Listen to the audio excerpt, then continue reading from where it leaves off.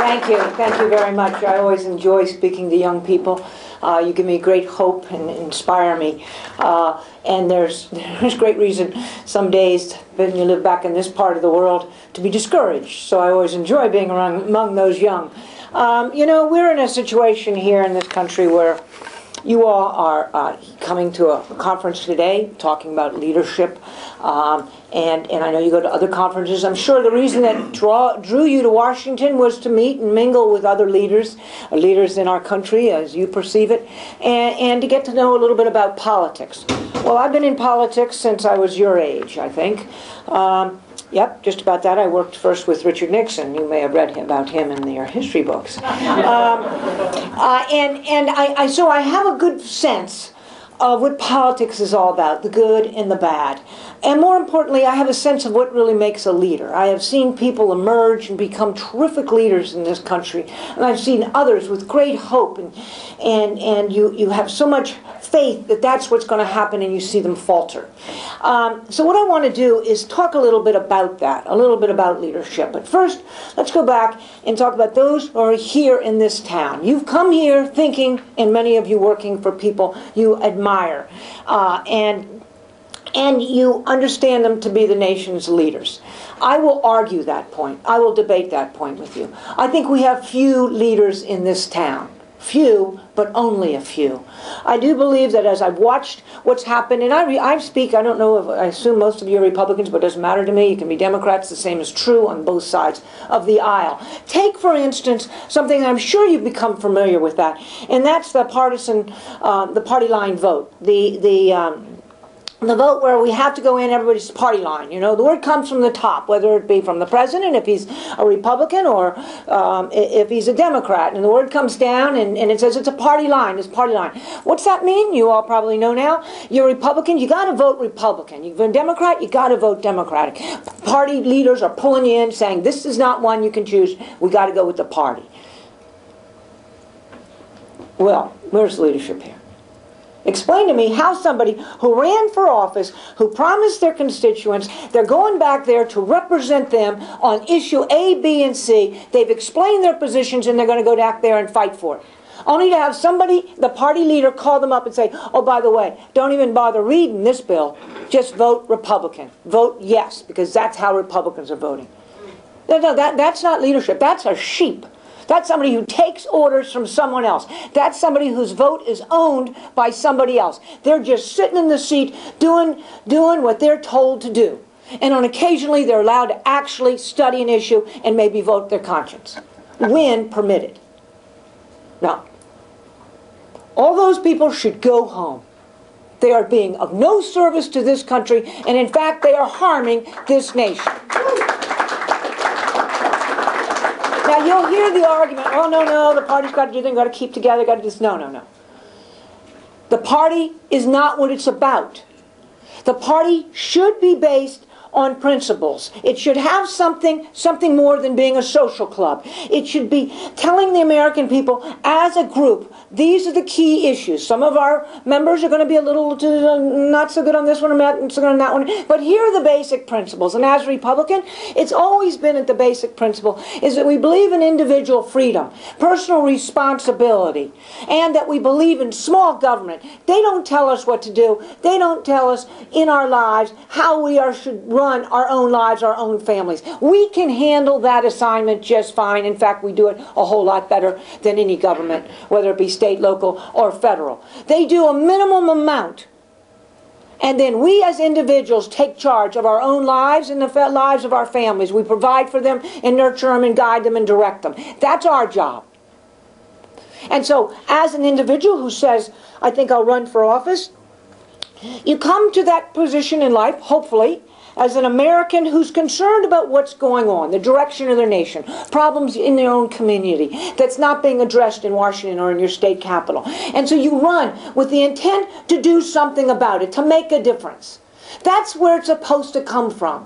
And I don't disagree for a moment if those of you who say that is basically what motivated most of the members of Congress. I would say it's probably accurate. But that's not what happened when they got here.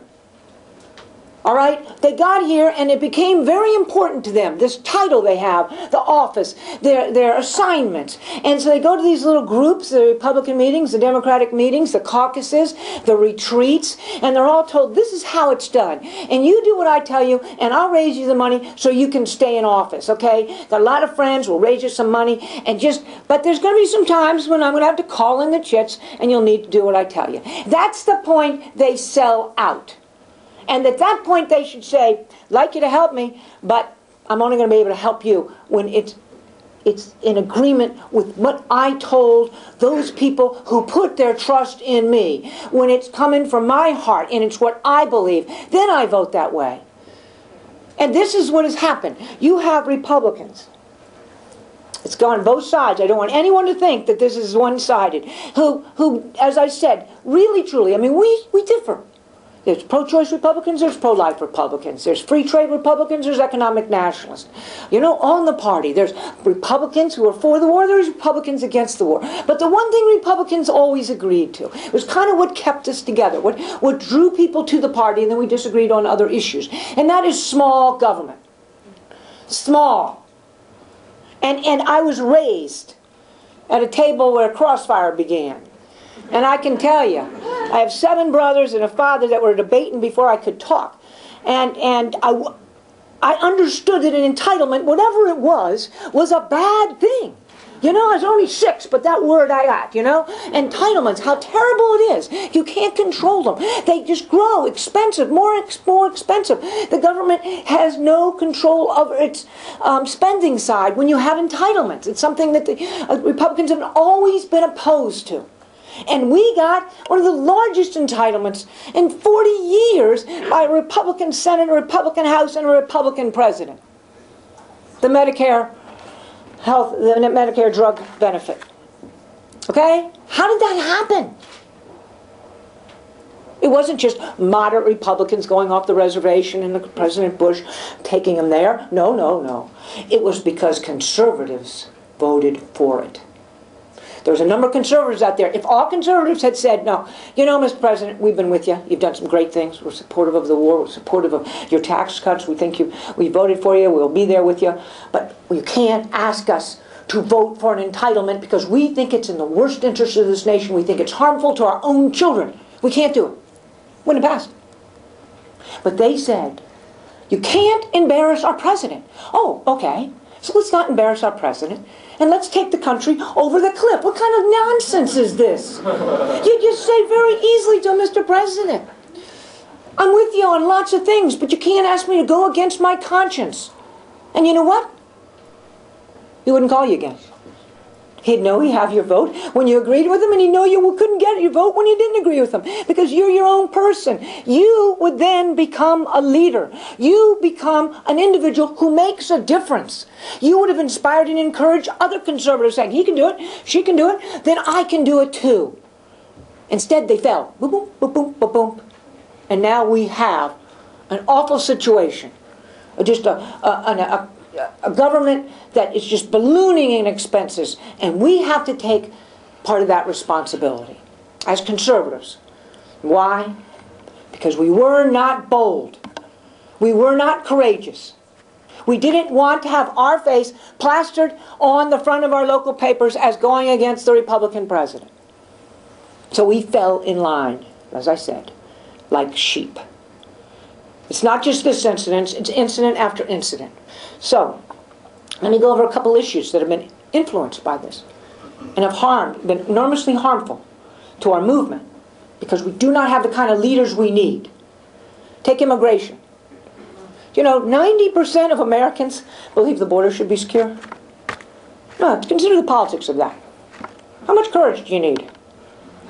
You know? Because the other 10%, I don't even know where they live. I mean, come on. It's everybody they could find said, yes, secure the border. Especially after 9/11. It's time of war. It's the first thing you do.